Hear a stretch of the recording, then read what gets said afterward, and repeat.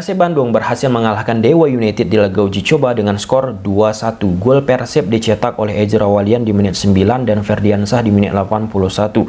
Sedangkan gol Dewa dicetak oleh Nasir di menit 90 plus perpanjang waktu 1 menit. Nah, pada saat pertandingan Persib dan Dewa berlangsung di Cina, ada juga laga Argentina menghadapi Australia. Skor akhir 2-0. Gol Argentina dicetak oleh Messi di menit 2 dan Vejela di menit 68. Di laga tersebut Australia pertama melakukan pressing. Ketika mereka melakukan pressing, otomatis yang kedua blok pertahanan mereka tinggi, dan itu berhasil menyulitkan pemain-pemain Argentina untuk mendistribusikan bola. Pada saat mereka berhasil menyulitkan pemain-pemain Argentina untuk mendistribusikan bola, error-error individu pemain Australia malah membunuh mereka sendiri. Contoh, gol pertama dari Leo Messi dari kesalahan pemain Australia. Gol kedua Vejela, ini bisa kita bilang pemain Australia mengalami penurunan dari sisi konsentrasi. Kenapa? Pada saat sebelum gol kedua terjadi, ada sesuatu yang terjadi di stadion. Ya, kalau nggak salah aku teman-teman, oknum supporter, penonton coba masuk ke dalam lapangan. Kemudian dihalau oleh steward untuk tidak masuk ke lapangan. Nah, setelah pertandingan dimulai lagi, beberapa detik langsung bisa pemain Australia mengkonversi gol lewat Vejela dari tandukan. Nah, terlepas kekalahan Australia menghadapi Argentina, kita pun patut memberikan apresiasi teman-teman. Mereka bisa menyulitkan pemain Argentina, itu salah satu good point. Kemudian mereka juga bisa menciptakan peluang, itu pun good point.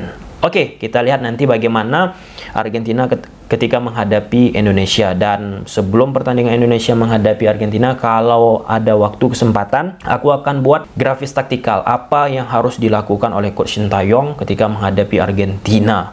Preview taktik menggunakan grafis ini, misi yang sangat-sangat luar biasa. Oke, sebelum kita bahas pertandingan Persib menghadapi Dewa, seperti biasa aku nggak bosan-bosannya untuk mengingatkan teman-teman, ketika teman-teman menonton video ini, sekalian tekan tombol like-nya karena aku dapat informasi dari sisi like belum begitu prima. Oke, kita masuk ke konteks Persib Dewa United. Ada beberapa hal yang membuat aku kaget dalam tanda petik. Yang pertama, di laga ini Dewa United berani untuk menguasai bola. Yang kedua, sebaliknya, Luis Mia bersama Persib Bandung ya bermain lebih menunggu. Ketika mereka bermain lebih menunggu, otomatis mereka jarang untuk menguasai bola. Kenapa? Membuat aku kaget permainan Persib menunggu teman-teman, khususnya di babak pertama. Ya, ada sesekali tentunya Persib mengambil inisiatif untuk membangun serangan, kan nggak mungkin bertahan terus. Nah, oke. Kenapa? Karena kalau aku lihat dari sesi interview wawancara di berbagai media yang dilakukan oleh Coach Luis Mia, ada salah satu prinsip yang Coach Luis Mia pegang kekeh, bahwa penguasaan bola nggak bisa ditinggalkan oleh Luis Mia dari sisi filosofinya. Nah, menurut aku, laga uji coba ini sangat bagus pada akhirnya. Ketika Dewa United lebih banyak menguasai bola, sedangkan Persib Bandung lebih banyak menunggu. Kenapa? Kemarin sudah kita buat pembahasan tentang Persib. Luis Mia bilang di sesi press con, ingin Persib Bandung itu dari sisi defense compact, rapat, padu, padat. Lawan yang dihadapi Dewa United bersama ring-ring, penguasaan bola. Dengan lawan yang kuasai bola, itu bakalan kelihatan struktur pertahanan Persib akan rapat, padu, padat atau tidak. Nah, sebelum terjadinya gol yang dicetak oleh Nasir, pemain Dewa United, itu rapat, padu, padat bisa dijalankan oleh pemain Persib Bandung. Bagaimana lini belakang, posisinya dengan lini tengah, dan lini depan teman-teman, itu rapat banget. Ketika bentuk defense yang dimainkan Persib rapat, nggak heran juga pada akhirnya pemain-pemain dari Dewa United melewati line satu persatu, lini depan, lini tengah, lini belakang, dengan bermain direct. Ring-kering pun bersama Dewa United mengagetkan juga bagi aku. Mengagetkan kenapa? Ya, kita kan tahu identitas permainan sepak bola Belanda. Aku nggak usah sebutkan gimana, teman-teman pasti tahu. Ini terus bermain long ball, direct. Meskipun gagal, terus dilakukan. Nah, ini kan situasi yang cukup menarik. Long ball itu ditujukan Dewa United kemana? Ke belakang garis pertahanan dari Persib Bandung. Karena kan Persib mencoba bermain dengan compact defense. Lini belakang, lini tengah, lini depan rapat.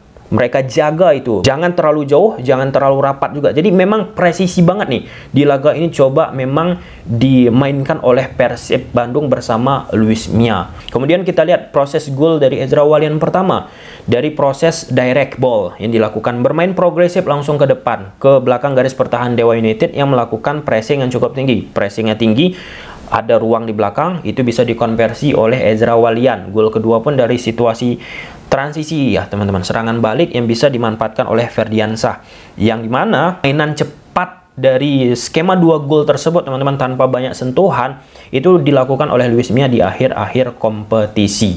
Nah, laga ini kelihatan memang Luis Mia lebih memfokuskan, bagi aku teman-teman, bagi aku terlihat memfokuskan bagaimana nih pertahanan Persib Bandung, udah bener nggak nih, udah kuat nggak nih, sehingga dari sisi attacking, dari sisi variasi build up belum begitu kokoh lah ya. Ada build up yang dilakukan Persib Bandung. Salah satu build upnya tadi kan langsung direct ke depan. Itu kan skema yang memang dibentuk, incar ruang di belakang garis pertahanan Dewa United. Oke, kita lihat dulu grafis taktikal. Ini pola 1-3-4-3. Coach Luis tetap mempertahankan pola 3 back seperti musim lalu. Di belakang ada Fitrol, penjaga gawang. Ya, Fitrol oke dari sisi save, dari sisi menangkap bola teman-teman, tapi dari sisi distribusi bola itu harus ditingkatkan lagi. Aku sekali lagi nggak akan pernah menjelek-jelekkan pemain. Kalau kritik saran nggak apa-apa. Ini kan saran, masukan. Harus meningkatkan distribusi bolanya lagi. Karena kenapa? Pemain yang penting untuk mendistribusikan bola itu teman-teman, pertama penjaga gawang, kemudian back. Dalam momen ini Persib main pakai 3 back, otomatis 3 pemain ini harus kuat dari sisi progresi bola. Kakang, kita lihat bagaimana ia mampu memberikan assist ya kepada posisi Ezra Walian. Kemudian Iqbal Nevo harus kuat juga, Putu Gede harus kuat juga untuk bisa memprogresikan bola. Nah, selain itu apa? Pemain nomor 6. Itulah beberapa pemain yang harus secara sustainable sepanjang pertandingan kuat untuk mendistribusikan bola. Kakang, Iqbal Nevo, Putu Gede bermain sebagai center back sebelah kanan.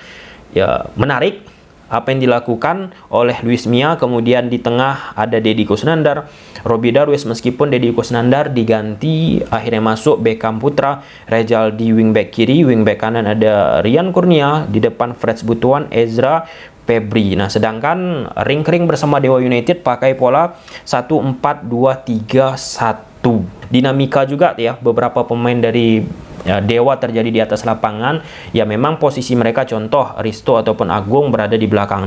Tetapi secara implementasi ketika bola itu bergerak, kadang mereka bergerak ke depan. Nah, itu dinamika ala khas Belanda ya teman-teman. Total football istilah lebih umumnya. Nah, tadi kan udah kita sebut Dewa United coba nih lebih menguasai bola, sedangkan Persib Bandung lebih menunggu membentuk blok pertahanan. Otomatis bisa kita lihat bentuk defense Persib, yaitu 5-4-1. Rejaldi turun ke belakang mendampingi Iqbal Nevo, Kakang, Putu Gede, Rian Kurnia turun ke belakang, Robby Darwis, Deddy Kusnandar turun, Febri Haryadi, Freds Butuan, dan Ezra Walian membentuk pertahanan 5-4-1. Nah, 5-4-1 ini tadilah yang secara kontinu yang kita sebutkan di awal tadi, coba terus dijaga oleh pemain Persib Bandung untuk bisa rapat. Menariknya, salah satu teori sepak bola sekarang teman-teman, modern, Pep Guardiola sampaikan, penguasaan bola ataupun passing 1-2 sentuhan itu bukan hanya sekedar passing. Tapi bisa nggak dengan kita melakukan passing itu, pemain dari lawan ikut bergerak, ikut terpancing. Misalnya mengikuti arah bola sehingga rengganglah shape pertahanan 5-4-1 dari Persib Bandung. Atau ketika kita melakukan passing-passing, pemain tersebut tertarik ke kita, sehingga ketika pemain tersebut tertarik ke kita, ada ruang yang bisa dimanfaatkan oleh pemain lawan. Contoh di sini Dani ya, dapatlah bola dia, dipassing oleh Theo, kemudian Freds tekan Dani, Theo masuk karena ada ruang. Nah, seperti itu secara sederhananya. Nah, di laga ini ya 5-4-1 Persib sangat-sangat disiplin, khususnya di babak pertama.